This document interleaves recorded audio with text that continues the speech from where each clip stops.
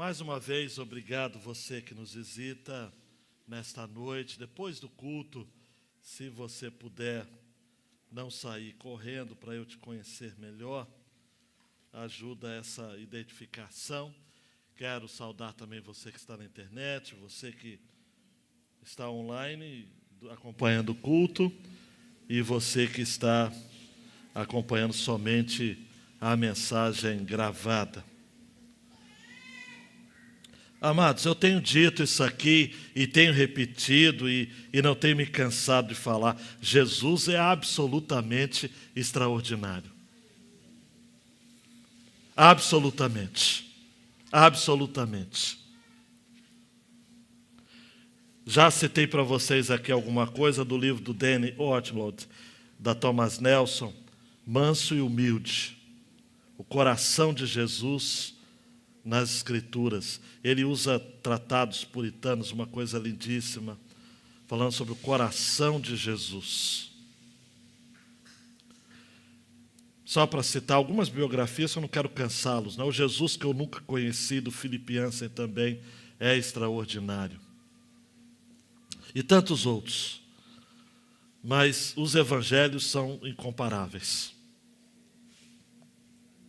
Ler Jesus ou sobre Jesus a partir dos evangelhos. E Lucas, ele é único, singular. Lucas foi um pesquisador, alguém que colheu testemunhos, alguém que estudou, que entrevistou Maria, a mãe de Jesus, entrevistou os outros discípulos. Ele que não fazia parte dos 12, você sabe muito bem, era auxiliar de Paulo, em Atos dos Apóstolos, que é uma continuação do Evangelho de Lucas. Estão os dois ali juntos. E através, então, do relato de Lucas, e alguns relatos de Lucas são únicos dele. Únicos. E outros ele compartilha com os demais, Marcos, Mateus e Marcos. Mas ele lança alguns destaques sempre. Por exemplo, é Lucas que fala de Jesus chorando pela cidade de Jerusalém. No texto do domingo passado, que compartilhei os atos do rei Jesus, o ato do choro de Jesus, se aproximando de Jerusalém, é exclusivo de Lucas aqui nesta passagem. Depois Jesus purifica o templo, eu tenho ajudado vocês nessa cronologia possível. Jesus chega num domingo em Jerusalém, entra na cidade de modo triunfal, volta para Betânia para ficar hospedado na casa de Marta, Maria e Lázaro. Ele volta na segunda e acontecem esses atos reais que eu mencionei no domingo passado. O primeiro ato, o choro em relação a Jerusalém, mas em relação à incredulidade de Jerusalém. É um ato contra a incredulidade. Uma irmã muito que eu amo muito falou comigo essa semana, falou: pastor, como foi dura aquela mensagem só falar sobre a incredulidade. Porque só sabe quem lida por perto com isso. Incredulidade de coração. E o segundo ato de Jesus foi a purificação no templo, isso sim, ele compartilha não apenas com Marcos e Mateus, mas também com João. E Lucas é o mais conciso, né? Ele é o mais resumido desse ato que eu chamei de ato de repúdio, né? É um ato de contestação, de denúncia. Eu usei essa palavra, denúncia. A casa do Senhor estava se tornando casa de comércio, né? Saiu a oração e entrou a extorsão. É isso mesmo, extorsão. Os fiéis eram extorquidos na casa de Deus. Qualquer semelhança com alguns movimentos evangélicos brasileiros não é mera coincidência.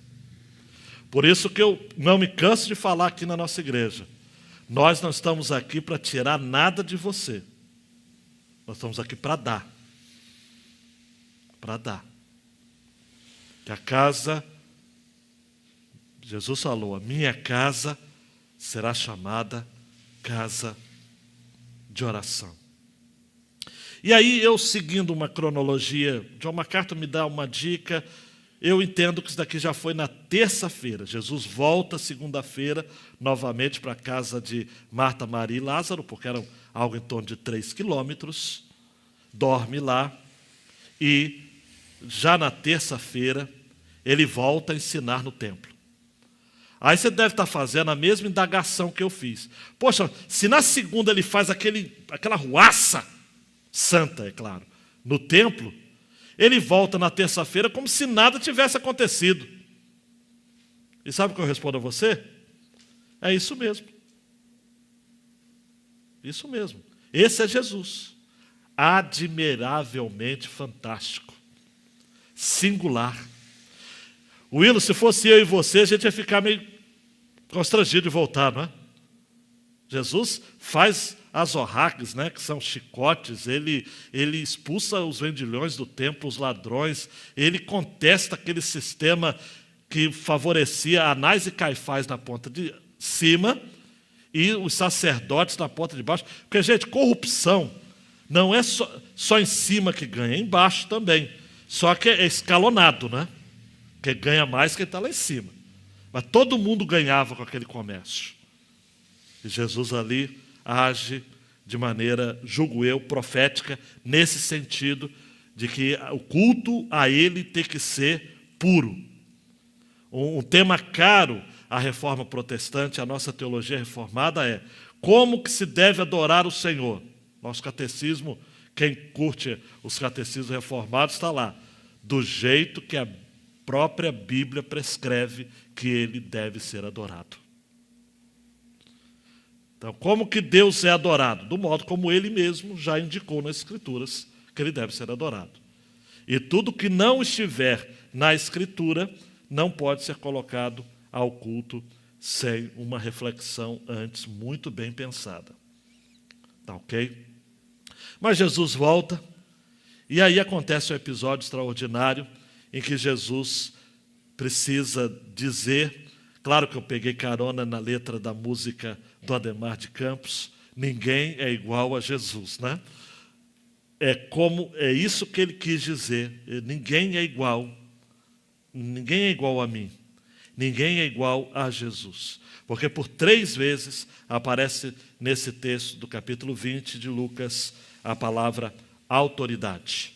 E autoridade significa ter permissão para. Jesus tinha autoridade. Agora, eu não quero antecipar meu argumento principal, mas só para você ficar ligado. Mais do que uma permissão para ser, Jesus tinha a determinação de ser. Tá? Ele era a própria autoridade. Lá em Mateus você vai encontrar no capítulo 28, toda autoridade me foi dada. Ele era a própria autoridade. Agora, Francisca, Miliane, por que Jesus não respondeu logo assim, mas se utilizou dessa estratégia aqui?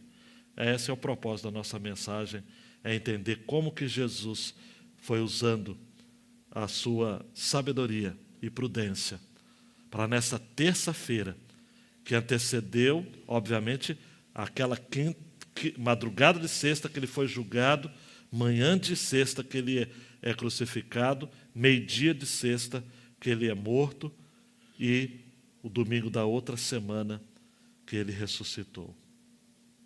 Aconteceu que num daqueles dias, eu estou orientando aqui que seja na terça-feira, mas não posso estar cravando, estando Jesus a ensinar o povo no templo e a evangelizar, chegaram os principais sacerdotes e os escribas, juntamente com os anciãos, e lhe perguntaram, diga-nos com que autoridade você faz estas coisas, ou quem lhe deu essa autoridade?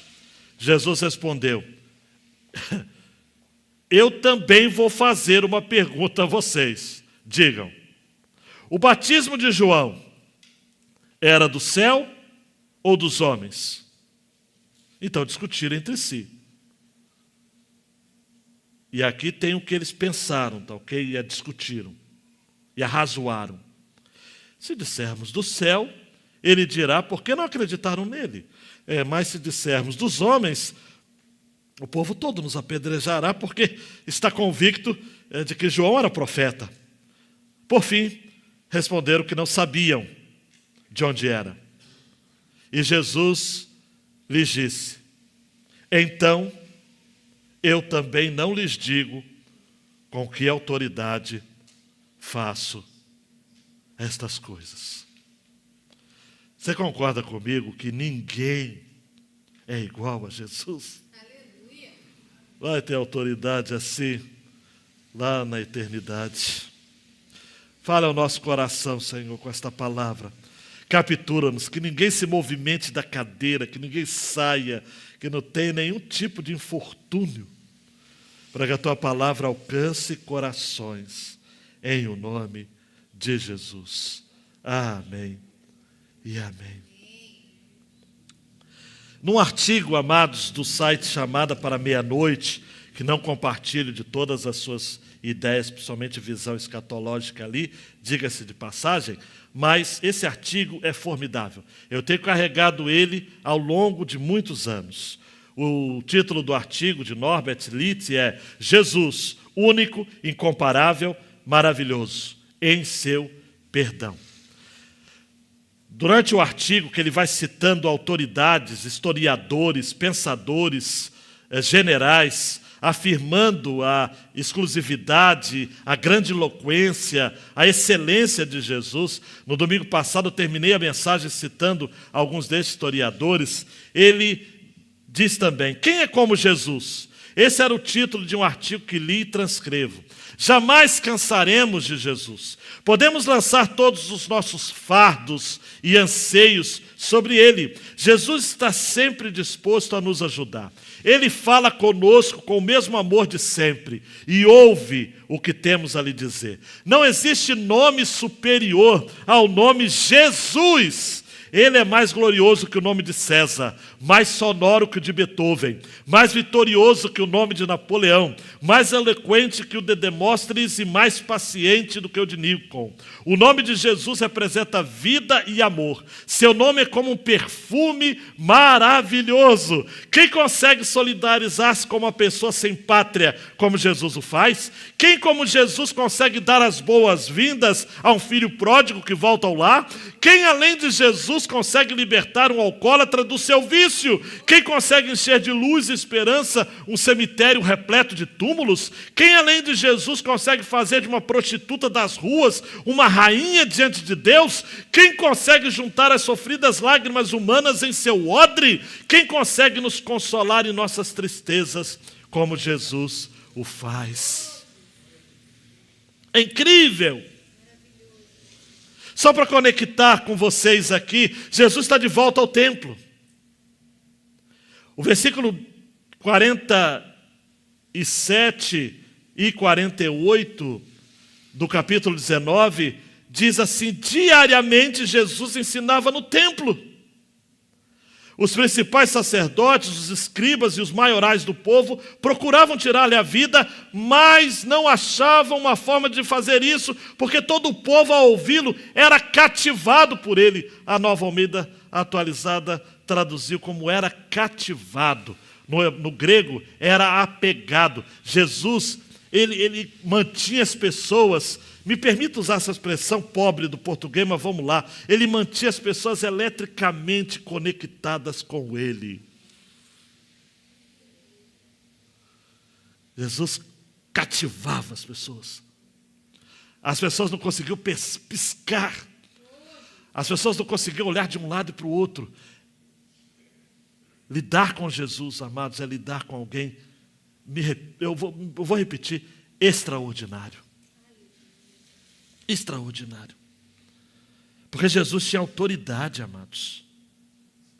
Em Lucas vai aparecer 13 vezes essa palavra autoridade.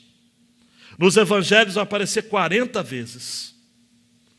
Não quero lhe chatear com o termo no grego, mas se você gosta, é exousia, que é o poder concedido por Deus entregue a Jesus. O poder dado por Jesus aos seus discípulos também é exousia.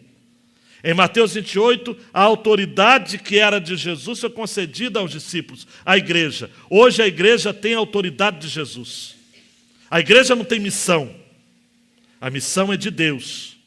A igreja se une à missão que é de Deus. E ela tem autoridade, essa palavra, diferente das outras palavras que também servem para autoridade, diz respeito a uma autoridade exousia, de fora, uma autoridade concedida. É o poder da autodeterminação, o poder dos reis. Os reis eram ungidos, separados, os sacerdotes, os profetas, os poderes da terra, aqueles que dominavam domínios, estados, espíritos, poderes espirituais. No início do Evangelho de Lucas, Lucas vai registrar de que as pessoas se maravilhavam com a doutrina de Jesus, Lucas 4,32, porque a sua palavra era com autoridade. Jesus falava com autoridade. Em Lucas 4,36, vai dizer que todos ficaram admirados e comentavam entre si: que palavra é esta? Pois que com autoridade e poder ele ordena aos espíritos imundos e eles saem. Amados, Jesus não entrevistava demônio, não fazia show, ele falava. E estes, uma vez recebendo a ordem de Jesus, saíam batidos, como se diz popularmente. No texto de Lucas, capítulo 5, versículo 24, os amigos daquele paralítico colocam aquele paralítico diante de Jesus, e Jesus diz assim: estão perdoados os teus pecados. As autoridades ali, escribas, fariseus, aquela turma toda em volta de Jesus, e Lucas faz questão de sempre colocar essa rapaziada toda junto com Jesus. Quem acompanha a leitura dos evangelhos sabe que essa turma estava sempre perto de Jesus. Quem tem acompanhado a série do The Chosen também, aquela turma está sempre ali perto. Os fariseus estão sempre perto. Os escribas estão sempre perto. Os saduceus estão sempre perto. Toda aquela turma. E Jesus então diz: para que vocês saibam que o Filho do Homem tem autoridade sobre a terra para perdoar pecados. Ele olha para o paralítico e disse: levante-se, pega o seu leito e vá para casa. Dando um clique no meu filho João. Jesus é admiravelmente fantástico. E isso incomoda e desafia muita gente. Essa é a direção do texto e essa é a direção que eu quero compartilhar com você nesses minutos que me faltam. Jesus é admiravelmente fantástico. As pessoas estudam Jesus. Eu não sei se você sabia, o nome mais acessado no Google é Jesus. O nome mais pesquisado em termos de monografias, dissertações e teses no mundo inteiro é Jesus. A história da humanidade é dividida em antes de Cristo e depois de Cristo. Jesus é encantador. Até ateu estuda Jesus. Até cristãos nominais estudam Jesus para conhecer a personalidade de Jesus. A inteligência de Jesus, como Augusto Cury, que não é um cristão declarado. É muito importante declarar isso, né? Ele não é um cristão declarado, mas é admirador da inteligência de Jesus. O nome de Jesus é tão incrível, amados, que J.C. Ryle, um bispo inglês, eu preciso repetir isso, fala de uma senhora galesa do país de Gales, que falava apenas um dialeto local ali. E caminhava longe para ir na igreja, amados. Mesmo chovendo assim não. País de Gales neva, chuva torrencial. E ela ia para ouvir um pregador inglês. Obviamente pregar em inglês. E um dia perguntaram para ela: mas minha senhora, a senhora veio lá Deu no cafundó do Judas, não, porque no país de Gades não tem cafundó do Judas, mas lá daquelas aldeias distantes, a senhora não fala a língua do pregador, por que a senhora ouve ele? Está lá no livro do J.C. Ryle, o clássico Santidade. Ela responde o seguinte: porque aquele pregador fala tantas vezes o nome de Jesus, que cada vez que ele fala o nome, a minha alma se delicia. Jesus! Mas a despeito disso, esse é o ponto que eu quero que você preste muita atenção. Jesus incomoda e desafia muita gente. João, me ajuda aí com o primeiro ponto. Jesus incomoda fazendo o que faz. O que diz no versículo 1? O que Jesus está fazendo no templo? Ensinando e evangelizando. Quer algo, amados e amadas, que incomoda mais as pessoas do que o ensino da palavra? A evangelização, não a evangelização teatral, espetaculosa, que a gente vê em alguns contextos evangélicos, que parece que a pessoa quer ganhar Jesus através de um show. Não, o evangelho de confrontação de pecado mesmo. O evangelho na real. Isso incomoda as pessoas. N.T. Wright fala de que no evangelho de Lucas, ele coloca Jesus chegando a Jerusalém, depois Jesus vai a Jerusalém, arrisca o pescoço ao declarar a bênção de Deus sobre todas as nações, porque Lucas não diz isso, essa frase, mas Mateus, Marcos e João vão dar essa ideia. A minha casa será chamada casa de oração para todas as nações. Então ele já quebra o exclusivismo judaico. Ah, exclusivismo, hein? Isso é uma tragédia, uma desgraça. Mais tarde, Jesus entra no templo. Mais tarde, não, nesse mesmo episódio, ele entra no templo. Expulsa os cambistas. E N.T. Wright faz um detalhe muito interessante, porque aqui é como se fosse um equilíbrio daquilo que Lucas mesmo registrou no início do Evangelho, no capítulo 2, quando Jesus, com 12 anos no templo, escutava, fazia perguntas e explicava acerca da obra do seu pai. E quando Maria, toda mãe preocupada, né, chegou para Jesus e falou: mas Jesus, como é que o senhor faz uma... Como é que o senhor não? Como é que você faz uma coisa dessa com a gente? A gente estava preocupado com você. Jesus olha para Maria respeitosamente e diz o seguinte: eu tenho negócios a fazer na casa do meu pai. Jesus sabia, porque ele é Deus, mas aquele texto de Lucas 2 foi um eco daquilo que aconteceu em Lucas 19, parte final, quando Jesus entra no templo e limpa a casa do Pai. Mas Jesus não ficou nisso, preste atenção. No dia seguinte ele volta, e ele coloca mais uma vez seu pescoço a prêmio, desafiando a autoridade de Jerusalém com uma pergunta para responder uma outra pergunta. Tem que ser mestre, gênio para fazer isso. Porque Jesus está querendo dizer agora, amados, de maneira muito clara, de que a autoridade não estava mais no templo, mas a autoridade estava nele. Ele que já havia dito, inclusive, que ele é maior do que o templo.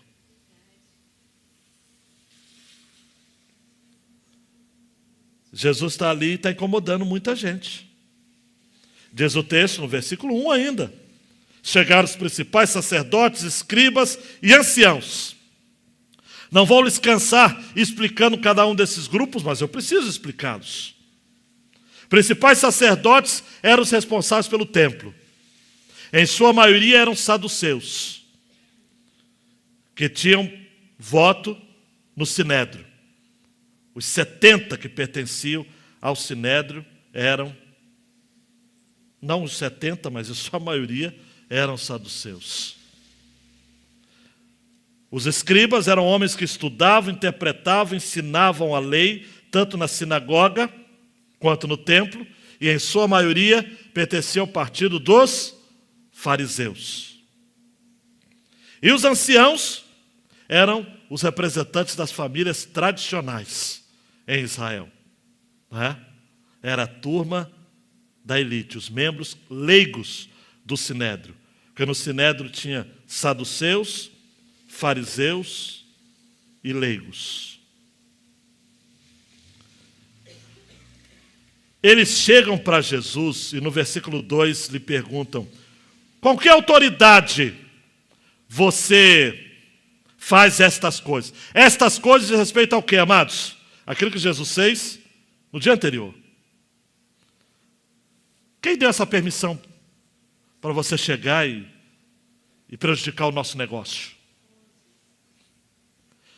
O tom de Lucas aqui parece que eles estavam imbuídos, deixa eu usar um termo do direito, de uma certa autoridade ou uma requisitação judicial.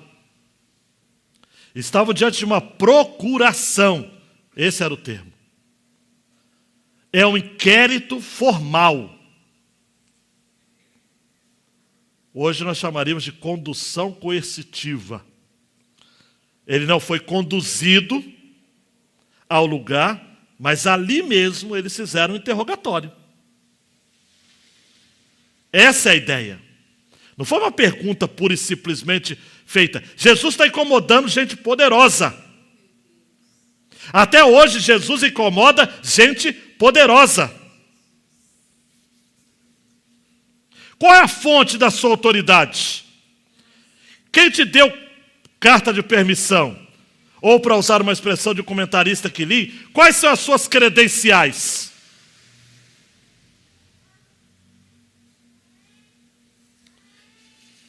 E aí,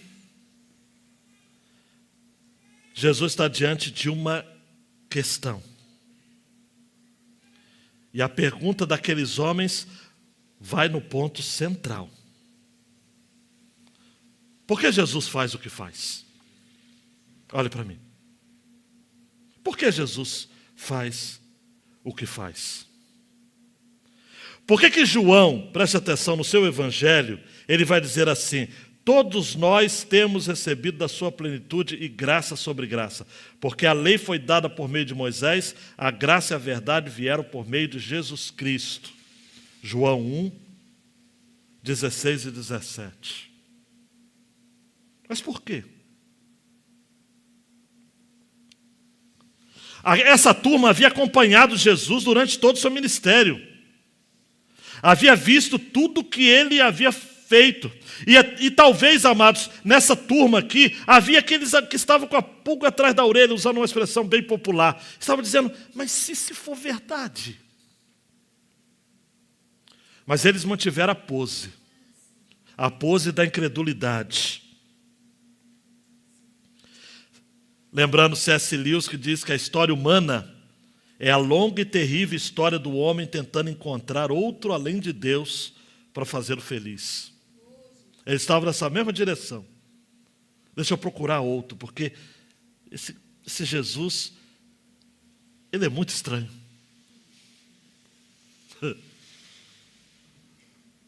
Esse Jesus é muito estranho. D.A. Carson vai nos ajudar com uma visão muito interessante. Todo atributo de Deus encontra-se também em Jesus. É óbvio. Onisciência. João 16:30. O apóstolo João fala: agora podemos perceber que sabes todas as coisas. Onipresença. Mateus 28:20. Eu estarei sempre com vocês até o fim dos tempos. Em Mateus 18:20. Pois onde se reunirem 2 ou 3 em meu nome, ali estou no meio deles. Onipotência. Foi-me dado toda a autoridade dos céus e da terra. Jesus diz em Mateus 28:18. Eternidade. Em João 1:1, João registra a respeito de Jesus. No princípio era aquele que é a palavra, ele estava com Deus, ele era Deus. Imutabilidade. Hebreus 13:8. Jesus Cristo é o mesmo ontem, hoje e para sempre. E quem veio quinta-feira, é só relembrar, João 14:7. Se realmente me conhecessem, conheceriam também meu Pai. Em uma tradução menos clássica, D.I. Carson que sugere ela: quando vocês veem um retrato de Deus que o Antigo Testamento apresenta, é a minha semelhança que vocês veem. Queridão, queridona, olhe para mim. Jesus está o tempo todo oculto no Antigo Testamento. Tem gente que tem uma visão da Bíblia muito louca, que acha que teve o Antigo Testamento e Jesus está ausente ali, porque ele não existia ainda no Antigo Testamento, o pessoal fala, né? Tem gente que tem essa visão. E diz que, de repente, no início do Novo Testamento, falhou, agora é o momento. Aí veio Jesus, e veio um menininho, e crescendo, e aquela história toda, e só depois de 30 anos ele... Não, amados, Jesus sempre foi, sempre era, sempre será, ele é eterno. Amém. Glória a Deus. Ele é admiravelmente fantástico. Por isso que ele incomoda muita gente. Porque ele incomoda fazendo o que ele faz. Incomoda fazendo o que faz. Porque até hoje esse Jesus salva pecadores. Até hoje esse Jesus condena a incredulidade dos crentes. Até hoje ele denuncia a perversão do culto em muitas igrejas. Até hoje ele fala o seguinte: somente por mim vocês serão salvos. Não é por Maria, não é por qualquer santo, não adianta adorar imagem, não adianta absolutamente crer em qualquer personalidade humana, política, messiânica, só através de mim, Jesus, ele diz. Eu sou o caminho, a verdade e a vida, João 14,6. Ninguém vem ao Pai se não for por mim. Ele incomoda, amados. Ele incomoda. Ele incomoda o Papa Francisco, que recentemente disse: não há necessidade mais de reforma na igreja. Mas ele incomoda a elite. Porque em documentos oficiais da igreja, o catolicismo é considerado, a igreja católica é considerada mediadora, corredentora. E Jesus não admite dividir a sua glória com ninguém. Ele é o único. É o único mediador. Paulo vai dizer a Timóteo, entre Deus e os homens. E Atos dos Apóstolos vai dizer, nenhum outro nome há debaixo do céu pelo qual os homens devem ser salvos, a não ser o nome de Jesus. Ele desafia, ele incomoda fazendo o que faz. E aí, João, já que eu cantei a pedra, ele desafia sendo quem ele é. Ele incomoda fazendo o que faz e desafia sendo quem ele é. Porque só Jesus, amados, me permita aqui, pode responder uma pergunta com outra pergunta assim, embora Sócrates fez isso, os rabinos faziam isso, método socrático, manhêutico, aquela turma toda, mas agora Jesus ele faz a mesma coisa, só que ele vai usar o batismo de João como um gatilho para Jesus falar de fato, para ele falar de fato quais eram as suas credenciais. Ele vai lembrar do primo dele, o João doidão, o João do deserto, o João que havia sido preso e morto por Herodes, por haver denunciado o seu caso com a cunhada, esposa do seu irmão Filipe. Esse Herodes, essa raposa que Jesus chama ele, homem ardiloso, maldoso, corrupto. Jesus lembra de João Batista aqui. Versículo 3, e responde com uma pergunta. O batismo de João era do céu ou era dos homens? E deixou aquela turma em crise, porque os fariseus sabiam quanto o discurso de João, sobretudo o discurso inflamado dele anunciando a chegada do Messias, cativou multidões. Ele sabia que Herodes tinha pesadelos, amados, pensando, inclusive, que Jesus era o João Batista ressuscitado, redivivo. João Batista era uma figura emblemática e ainda era, usei essa expressão aqui, um espectro que assustava as autoridades religiosas daquele tempo. Foi João, amados, está lá no no Evangelho de João, capítulo 1. Foi João que, quando os judeus lhe enviaram sacerdotes e levitas para perguntar: quem é você?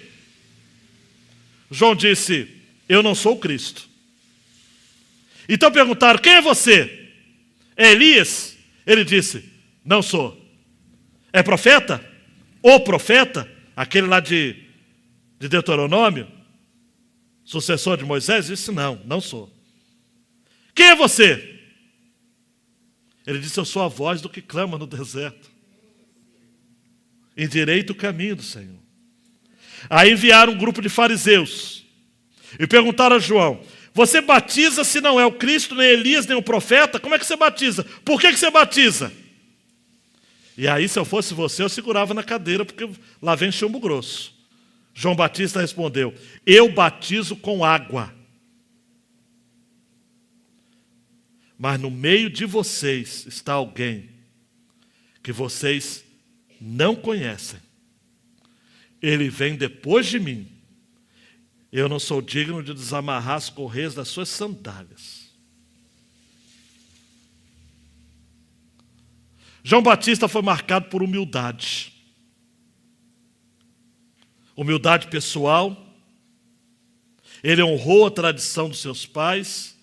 Ele era isento de exclusividades, porque ele apontava, através do seu batismo, o arrependimento para a remissão, para perdão de pecados, que era apenas um símbolo daquilo que viria depois dele. Por isso que ele diz: depois de mim vem alguém que eu não sou digno de desamarrar as sandálias, as correias das suas sandálias. Eu batizo com água, mas este vai batizar com o Espírito e com fogo.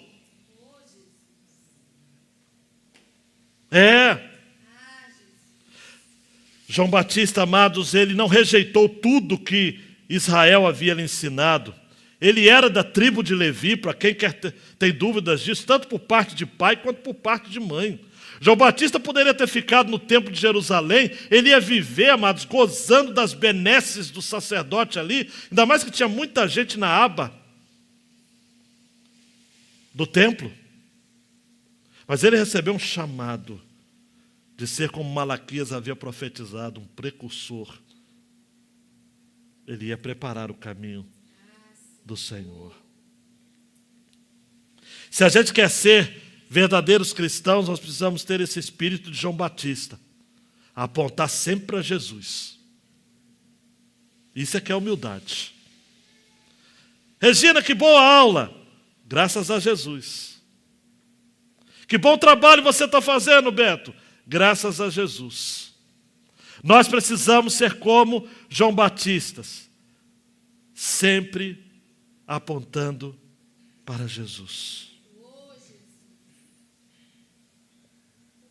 Os religiosos estavam numa saia justa aqui. Se eles falassem que o batismo de João era do céu, Jesus poderia dizer: então por que vocês não acreditaram? Mataram meu primo. Se eles falassem dos homens, o povo que estava ali apedrejaria aqueles homens, porque João era um mito, um profeta. Era considerado grande.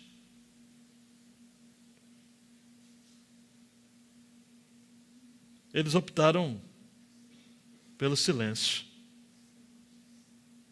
Silêncio. Nós não sabemos, Jesus, de onde vem essa autoridade. E nem sabemos a autoridade de João. Aí Jesus disse: então, eu também não digo com que autoridade eu faço essas coisas. Olhe para mim, queridão e queridona, por favor, se você perder isso, você vai perder a mensagem toda. Jesus obedeceu o princípio que está em Provérbios 26, 4 e 5. Isso vale para a vida, tá ok? Fica a dica. Não responda ao insensato segundo a sua tolice, para que você não se torne semelhante a ele. Responda ao insensato segundo a sua tolice, para que ele não seja sábio aos seus próprios olhos. Em outras palavras aqui, encurralados pela pergunta de Jesus, aqueles homens preferiram mentir para não enfrentar a verdade. Porque vamos combinar uma coisa, só entre eu e você, eles sabiam que o batismo de João era de Deus. Porque eles conheciam as profecias de Malaquias. E olhe para mim, só entre eu e você. Eles sabiam que Jesus era o Messias.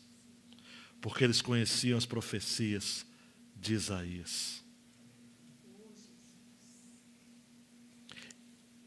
Eles sempre souberam.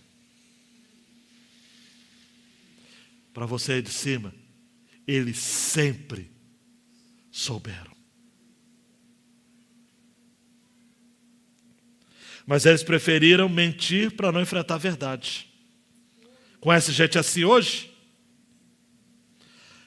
Abafar a voz da consciência, tapar os ouvidos à verdade e mergulharam nas sombras escuras da hipocrisia.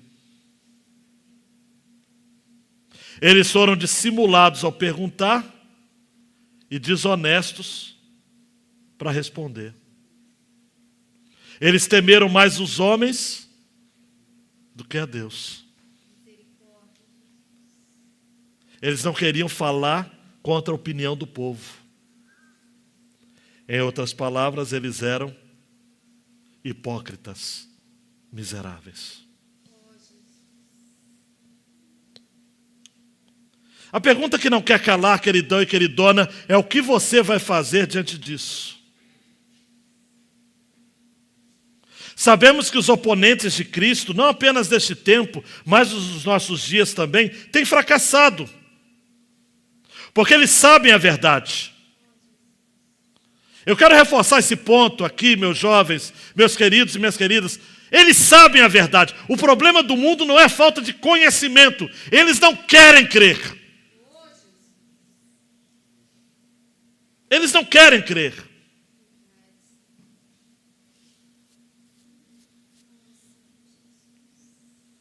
O cristianismo é tão espetacular, é tão extraordinário. E para citar mais uma vez C.S. Lewis, ele vai dizer o seguinte: o cristianismo, se for falso, não tem valor. Se for verdadeiro, tem valor infinito. A única coisa que é impossível é ser mais ou menos importante. Agora, o que você faz com o cristianismo, o que você faz com Cristo, que você diz crer, é isso que vai determinar a sua vida. Essa turma toda, me permita a expressão jovial, quase que irreverente, essa galera toda, principais sacerdotes, escribas, anciãos, eles sabiam. Eles sempre souberam. Bem como os seus familiares, os seus colegas de trabalho, as pessoas que você convive, seus vizinhos, eles sabem. Mas eles não querem Cristo. Não o Cristo da Bíblia. Eles podem até querer o Cristo do Augusto Cury. Eles podem até querer o Cristo do The Chosen. Ou da novela da Record, que é um Cristo mais brasileiro. Mas o Cristo, o Jesus de Nazaré, o Cristo da Bíblia, eles não querem.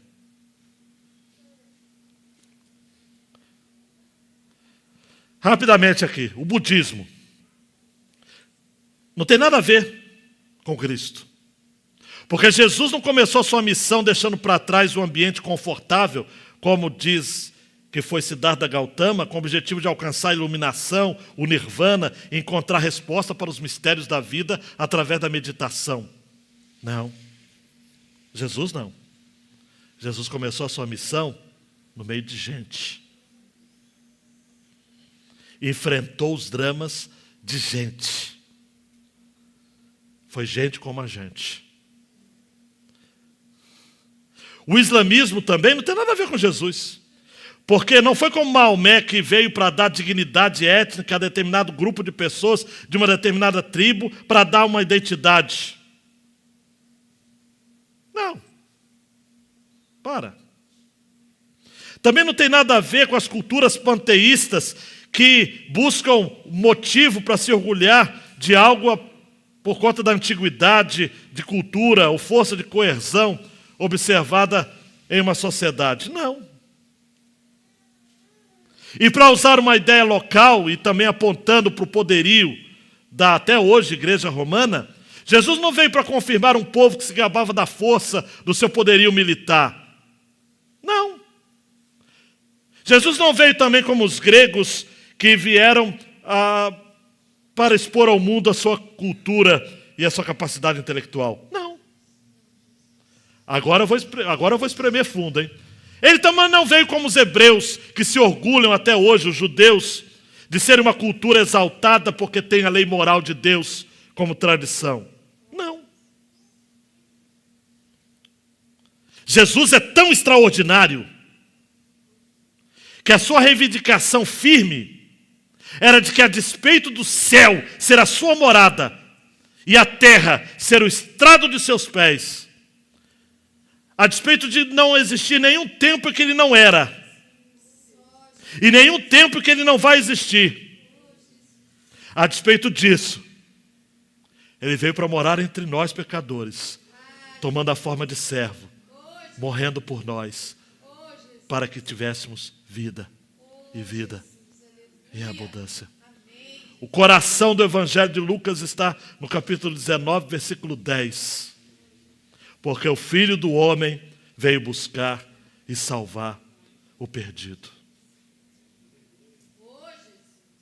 Repara comigo aqui, olhe para mim, João, me ajuda. Jesus incomoda fazendo o que ele faz.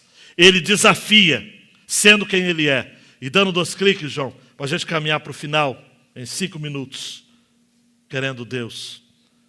Jesus não precisava mostrar sua identidade, sua autoridade sobre a nossa vida. Não precisa. É a mesma coisa que ele faz hoje. Você acha que onde está a sua autoridade, Jesus, para governar a minha vida? Para dizer o que eu tenho que fazer? Para. Ou você se rende à autoridade dele, ou continua vivendo do seu jeito, porque o salário do pecado é a morte. E as pessoas vão morrendo por aí. E o caminho largo é o que conduz à perdição. E a minha Bíblia diz, não sei a sua, são muitos os que andam por ele. Então, Jesus não precisa mostrar que ele é autoridade. Ele é. Simples assim. A sua autoridade vem do Pai. Do Pai. Eu me lembrei quando eu estava trabalhando com essa mensagem, aquele texto que está lá em João 19, em que Pilatos fica atemorizado ao entrevistar Jesus. E pergunta a Jesus de novo, de onde você é? E Jesus fica quieto. Aí Pilatos, para dar uma de, uau, sou autoridade. Você não me responde? Não sabe que eu tenho autoridade tanto para soltar você como para crucificá-lo? E o que Jesus disse?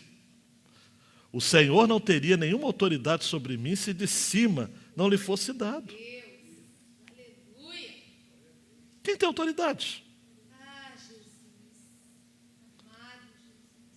Quem tem autoridade? Igual aquela música do Paulo César, né? Quem é que pode dizer a Jesus o que ele tem que fazer? Quem é?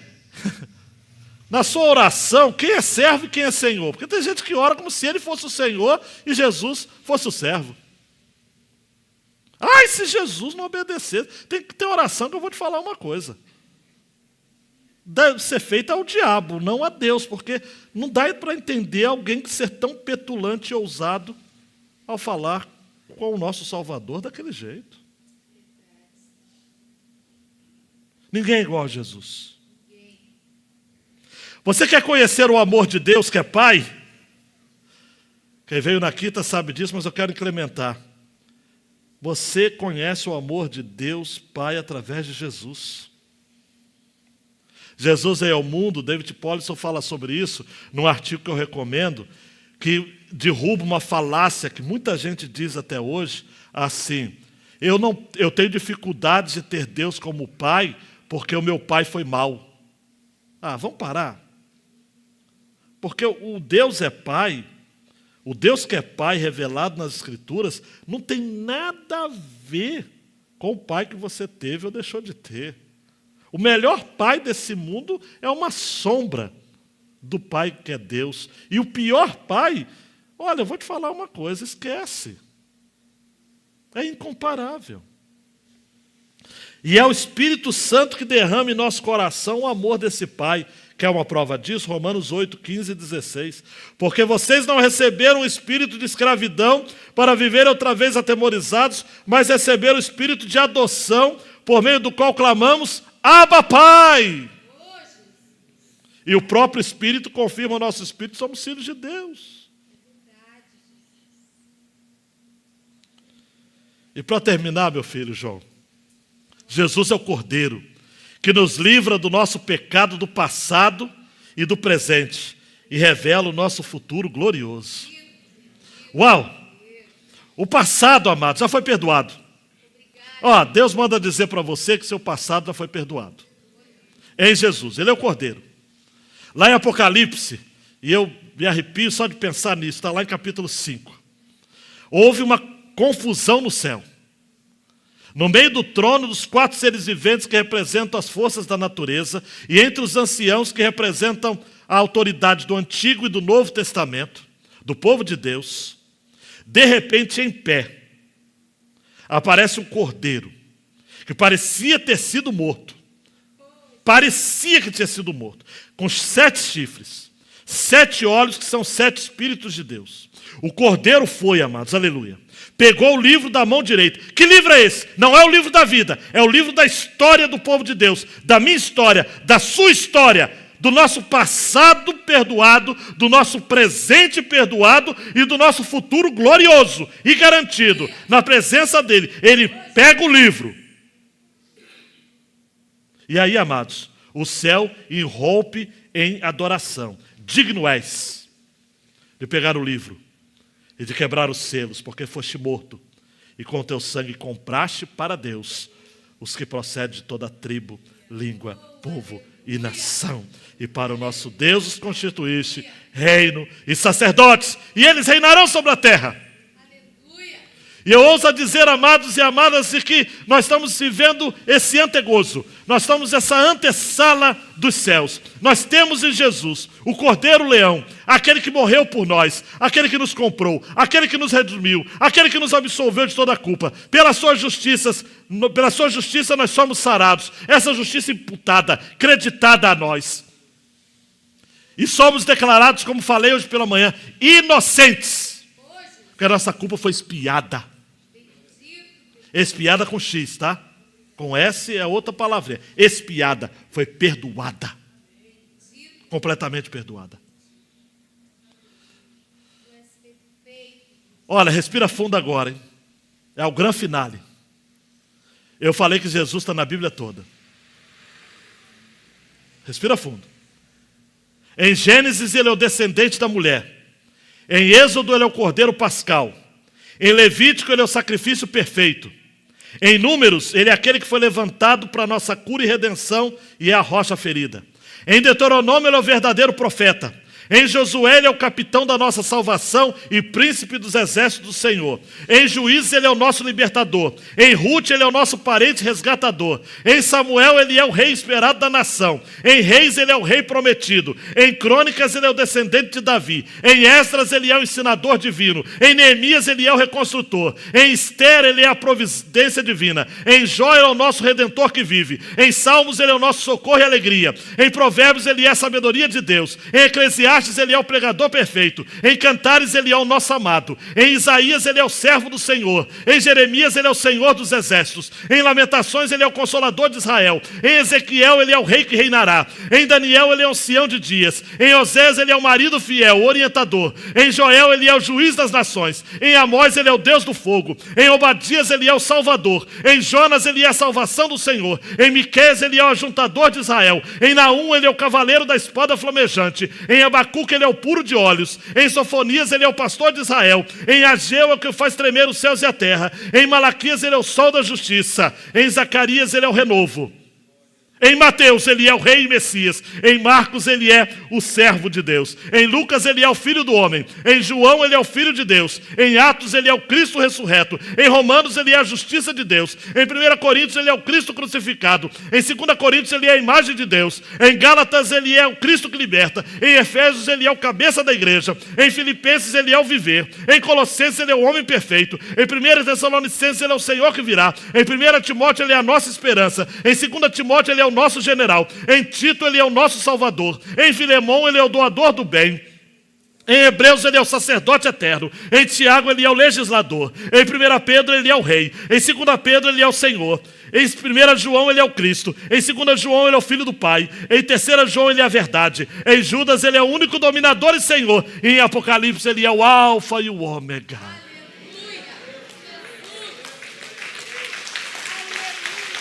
É Jesus! É Jesus! Não, clica aí, João. É Jesus! É o admiravelmente fantástico. Isso incomoda e desafia muita gente. Mas tem gente aqui que vai sair daqui crendo. Levante-se, meu querido e minha querida. Exalte a Jesus. Exalte a Jesus. Exalte a Jesus. A autoridade encarnada. Levante suas mãos e diga: Jesus, Jesus, Jesus. Quero viver para ti, Jesus. Quero servir a ti, Jesus. Não há ninguém igual a Jesus.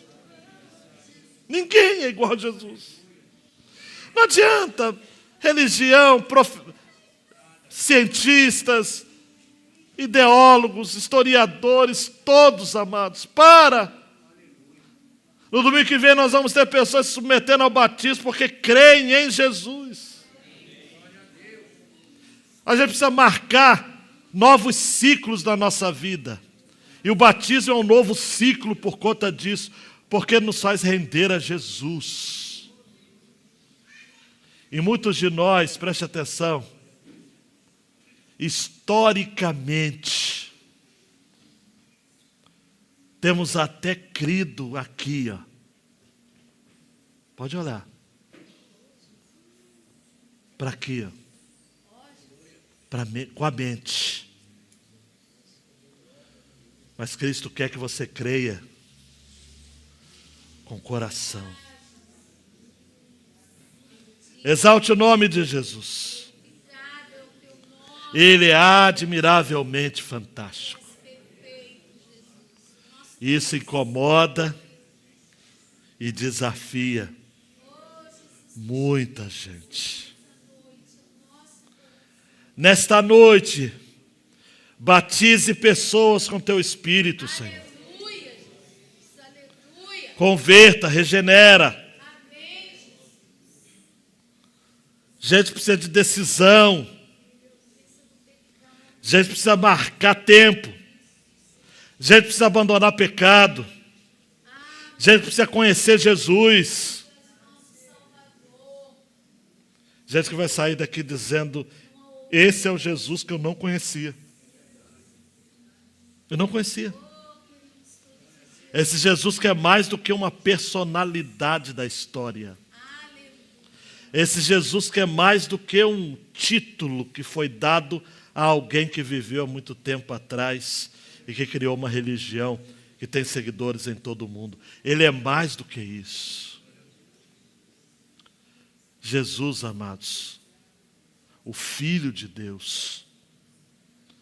Para citar mais uma vez C.S. Lewis, é o Filho de Deus que veio ao mundo para que os filhos dos homens se tornassem filhos de Deus. É isso. Meu Deus, obrigado por esta palavra. Obrigado por este culto. Obrigado porque cremos em Jesus. Obrigado porque sairemos daqui prontos para mais uma semana, porque cremos que Jesus está conosco. Ele é o Emanuel, o Deus conosco. Ele é a nossa alegria. Ele é o amado das nossas almas. Ele é o guia de Israel. Ele é o guarda de Israel. Ele vai conosco. O nome dele é doce. É agradável falar dele. É emocionante falar dele. As lágrimas, vez por outra, insistem em cair dos nossos olhos quando a gente lembra da beleza de Jesus. Ele é belo, ele é lindo. Ele é exuberante. Ele é o rei servo, o cordeiro leão, o que era, o que é e o que há de ser, de vir. Ele é a autoridade encarnada. Ele desafiou aqueles homens porque, na verdade, aqueles homens sabiam quem era Jesus. Assim como eu disse aqui e repito, as pessoas lá fora sabem, mas não querem. Não querem. Mas o Senhor tem nos tirado como tições do fogo, para usar a expressão de um profeta do Antigo Testamento. E nós aqui, com corações encharcados de gratidão, nós saímos daqui em êxtase, em alegria profunda. Não porque ouvimos um grande sermão, mas porque foi pregado aqui sobre o grande Jesus. Toda a honra, toda a glória, todo louvor sejam dados a Jesus. Saúde com palmas bem fortes para Jesus. O admiravelmente fantástico. A Jesus. A Jesus. A Jesus. Jesus. Se aceite, meu querido e minha querida. Ore silenciosamente. Deus abençoe sua vida.